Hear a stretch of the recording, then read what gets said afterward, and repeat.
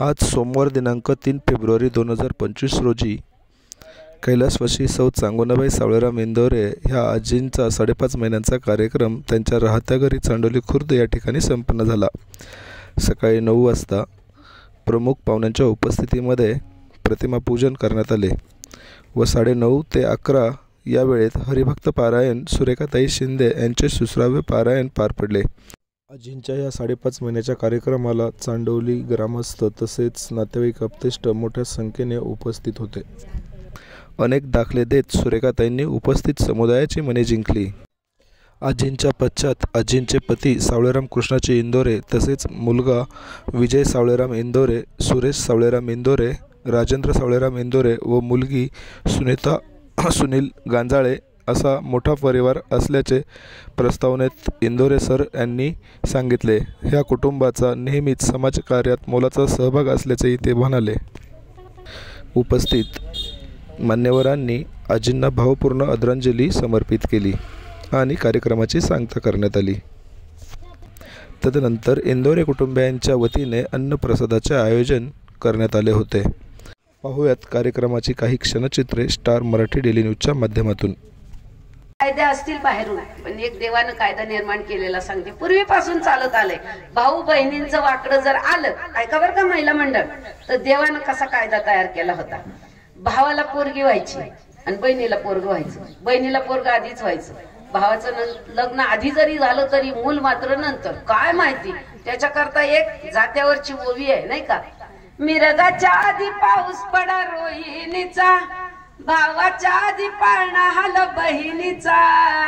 किती लग्न आधी होत्या पोरांच्या, झाला बहिणीला बर का, आणि बहीण भावाचं वाकडं आलं, 4 वर्ष गेले पण भाऊ आला नाही, ती रड रड रडायची।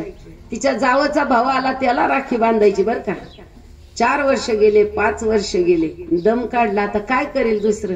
ती घरी गेली ना का ते भाऊ पण बोलत नसायचे तिचे बर का। आई बापासाठी जायची, आई बापासाठी सगळं करायची, पण पुढे गेल्यावर भावावर अशी परिस्थिती येते, सगळी गावन धुंडाळतो पण मुलगा काही मिळत नाही, आणि मग नवरा बायको म्हणतात चला आता आपण बाईकडे जाऊ, एवढी पोरपादरात। हा काढलेला कायदा देवाने आहे, तुम्हाला शरण यावाच लागणार आहे। बहीण एवढी कमजोर समजू नका, बरोबर आहे ना।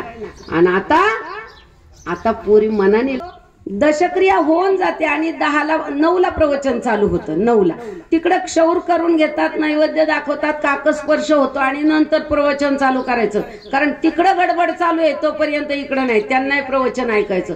मग ते 5 भाऊनी 1 बहीण होती बर का, नीट ऐका, सत्य घटना आहे, कोरोनाच्या आधीची आहे।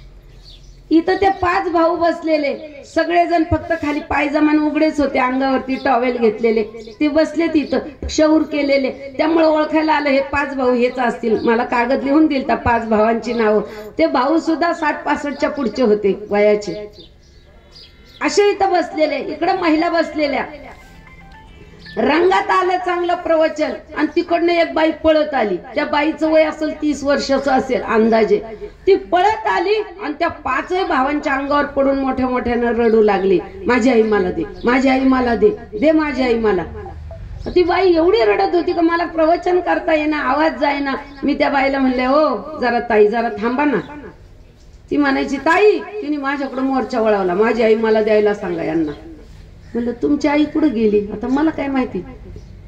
त्यातली एक बाई उठली, ती म्हणली ती ह्या बाईची मुलगीच आहे, आणि हे 5 भाऊ आहेत त्यांचं यांचं असं आहे, आणि ती आत्ताच आली। म्हणलं म्हणजे, तोपर्यंत मी माईक बंद ठेवला, म्हटले ती मैतीला सुद्धा आली नव्हती, ती आता तुम्ही ओव्या बोलल्यामुळे तिला फार कसं तरी वाटलं, पहा बर का। मग म्हटलं काय झालं, मग मी जरा निर्वाळा केला, म्हटले काही नाही हो, त्यांची जमीन गेली म्हणून 5-5 लाख रुपये ते सगळे 5 भाऊ 5-5 25 लाख देत होते, ही म्हणत होती मला 30 लाख द्या। तिचे आई वडील म्हणले आमचा पण वाटा काढलाय, तुला 5 लाख रुपये आमचे देतो। ती म्हणली तुमचे ते गेल पण यांच्याकडून 6-6 लाख घेईल। आता आहे असं, चालतं तेवढं। असं म्हटल्याच्या नंतर ती मैतीला सुद्धा आली नाही, 6 वर्ष झालं म्हटले, आजच आली ती, आणि ती आली होती मैतीला लांब थांबली, पाठीवर हात ठेवायला चुलत बहीण आली, पण ती आली फक्त आईला पाणी दिलं, तोंडातून निघून गेली, आणि दशक्रियेला आली, लांब बसली होती, त्यांचं गणगोत सगळं बाजूला बसले होते। आणि मी जशी का म्हणले, आई वाचून माहेरपती, वाचून सासर, पाण्या पावसा वाचून रान दिसत भिसुर, तो शब्द तिच्या काळजाला लागला. आणि मग पळत आली आणि त्या भावांना म्हणायची, मला माझी आई दे ना, मला माझी आई दे ना. आणि मग त्या भावांनी तिला आवळून धरली. काय म्हणतात माहितीये का, ओ ताई, आमची आई गेली पण आमची बहीण आम्हाला मिळाली. तिला आवळून आवळून त्या भावजाया रडत होत्या आणि तिला म्हणत होत्या, आता 50 लाख तुला देणार. ती म्हणली, मी नाही घेणार, आता मला माझी आई पाहिजे. तिला म्हटलं, प्रवचन संपलं ना की मी तुला तुझी आई देते. अहो ते लेकरूच आहे, कोणी पण आईसाठी असंच होतं. तिला वाटलं खरंच देतील ह्या माझी आई. ती जरा शांत बसली, प्रवचन ऐकलं आणि मग म्हणते, द्या ना माझी आई. म्हटलं, तुझे वडील कुठे? म्हणते, तिथं खुर्चीत बसले. म्हटलं, जा त्यांना मिठी मार, तुझी आई त्यांच्या हृदयात. सोयीचं झालं नाही. अजून हाताच्या बोटाचे ठसे एकासारखे दुसऱ्याचे नाही. अजून ऐका, महत्वाचं आहे, एकासारखे हाताच्या बोटाचे ठसे दुसऱ्याचे नाही झाले आजपर्यंत. आणि आजपर्यंत एकही माणूस एकासारखा दुसरा नाही. आणि आजपर्यंत सख्या भावाचं, सख्या नात्यातलं रक्त जरी नाही दिलं कोणी, तरी बाहेरचं सुद्धा रक्त मॅच होतंय. काय त्या देवानी कला केली, त्याला माहित होते. सोयरे दायरे सुद्धा उद्या जर याला एकट्याला पाडलं आणि जर याला रक्ताची वेळ आली तर दुसऱ्याचं रक्त चालतं. म्हणून जातीयता देवानं निर्माण केली नाही.